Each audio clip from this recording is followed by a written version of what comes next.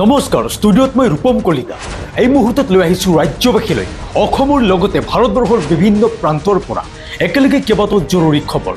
এনেকুৱা খবৰসমূহ আপুনি নিতৌ পাই থাকিবলৈ আমাৰ এই চেনেলটি ছাবস্ক্ৰাইব কৰি ভিডিঅ'টিত একোটাকৈ লাইক কৰিবলৈ নাপাহৰিব। আৰু এই মুহূৰ্তত দিব লৈছোঁ ৰাজ্যবাসীলৈ আজিৰ দিনটোৰ প্ৰথমটো ডাঙৰ খবৰ। বিদেশীৰ পক্ষত থিয় দিলে নেকি অসম বিজেপি? বিদেশীক আশ্ৰয় বিধ্বংসৰ মাজতে হিন্দুক ৰক্ষণাবেক্ষণ এতিয়া ভাৰতীয় জনতা পাৰ্টীৰ। আৰু এই সন্দৰ্ভত ৰাজ্যিক বিজেপিৰ সভাপতি দিলীপ শইকীয়াই এক বিস্ফোৰক মন্তব্য কৰে। তেখেতে কয় যে ভাৰতবৰ্ষত থকা কোনো হিন্দুৱে বিদেশী নহয়, সনাতনী সভ্যতা মানি চলা প্ৰতিজন হিন্দুক থাকিব দিয়া হ'ব ভাৰতত।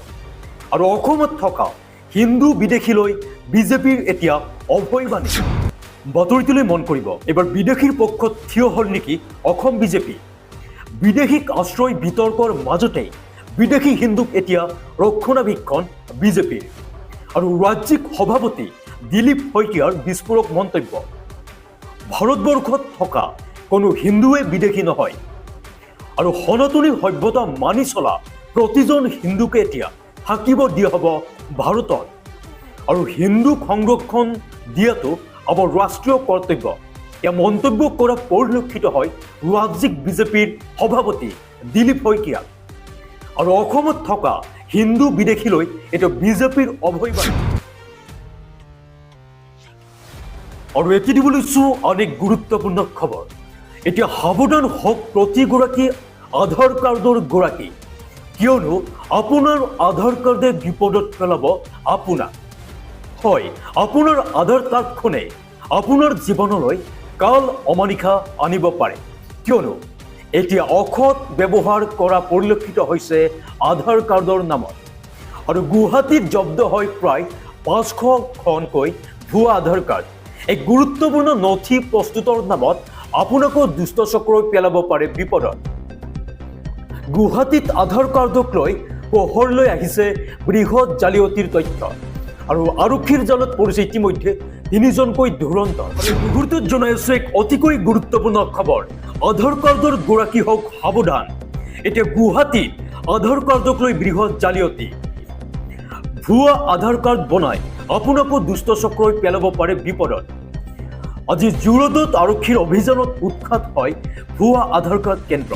আৰু গীতানগৰ আৰক্ষীৰ অভিযানত জব্দ হয় বুজন পৰিমাণৰ ভুৱা আধাৰ কাৰ্ড। আৰু জব্দ হয় প্ৰায় 500খনকৈ ভুৱা আধাৰ কাৰ্ডৰ। আৰু ইয়াৰ উপৰিও পান কাৰ্ড, কম্পিউটাৰ, প্ৰিণ্টাৰ। আৰু আটক কৰা হয় প্ৰগতি এডুকেটৰ সঞ্চালক সুজয় বৰুৱা, লগতে IT বিষয়া চিন্ময় শৰ্মা। আৰু সঞ্জীৱ ৰাজ চৌধুৰী নামৰ এজনকো আটক কৰিছে গীতানগৰ আৰক্ষী। আৰু এই চক্ৰটোৱে বহু যুৱক যুৱতীৰ নামত প্ৰস্তুত কৰি আহিছিল ভুৱা আধাৰ কাৰ্ড।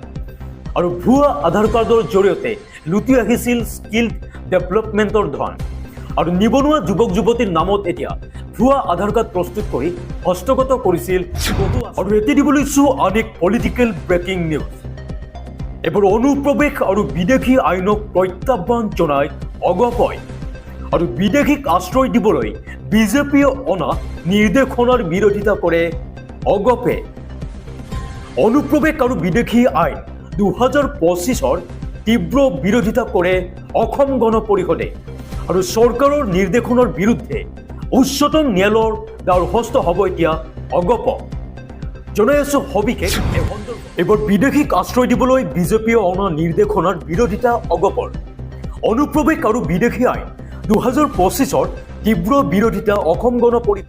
আৰু চৰকাৰৰ নিৰ্দেশনাৰ বিৰুদ্ধে এতিয়া উচ্চতম ন্যায়ালয়ৰ দ্বাৰস্থ হ'ব অগপ। কেন্দ্ৰীয় চৰকাৰে যি নিৰ্দেশ দিছে সেয়া উচ্চতম ন্যায়ালয়ৰ পৰিপন্থী। আৰু এতিয়া দল সংগঠনৰ প্ৰতিবাদতকৈও দুখোজ আগুৱাৰ সিদ্ধান্ত অগপৰ। আৰু ভাৰত চৰকাৰৰ অধিসূচনা সন্দৰ্ভত মিত্ৰজোঁট অসম গণ পৰিষদৰ দিব লৈছোঁ পৰৱৰ্তী খবৰ।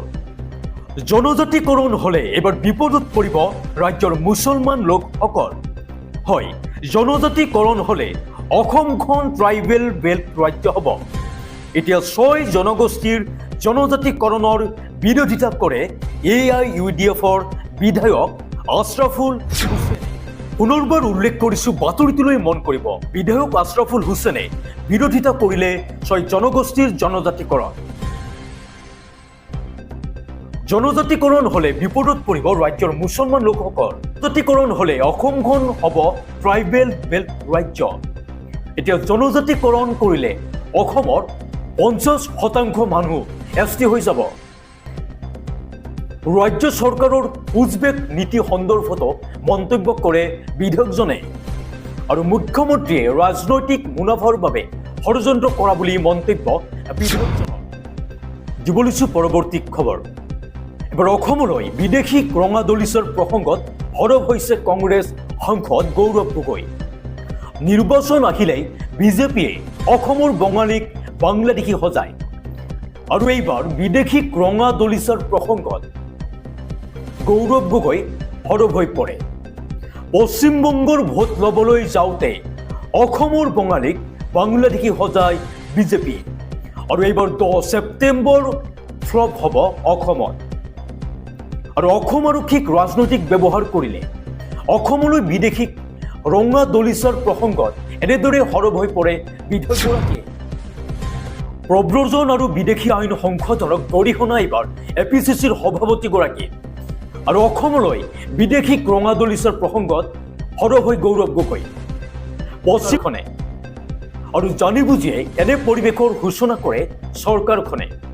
পশ্চিমবংগৰ নিৰ্বাচন আহিলে চৰকাৰৰ মতামত সলনি হয় আৰু পশ্চিমবংগৰ ভোট ল'বলৈ যাওঁতে অসমৰ বঙালীক বাংলাদেশী সজাই ভাল পায় বিজেপিয়ে। বিজেপিয়ে অসমৰ বঙালী সমাজৰ বিৰুদ্ধে কাম কৰিছে আৰু 10 ছেপ্টেম্বৰত ফাদিল হ'বলগীয়া তথ্যক লৈও গৌৰৱ গগৈৰ প্ৰতিক্ৰিয়া।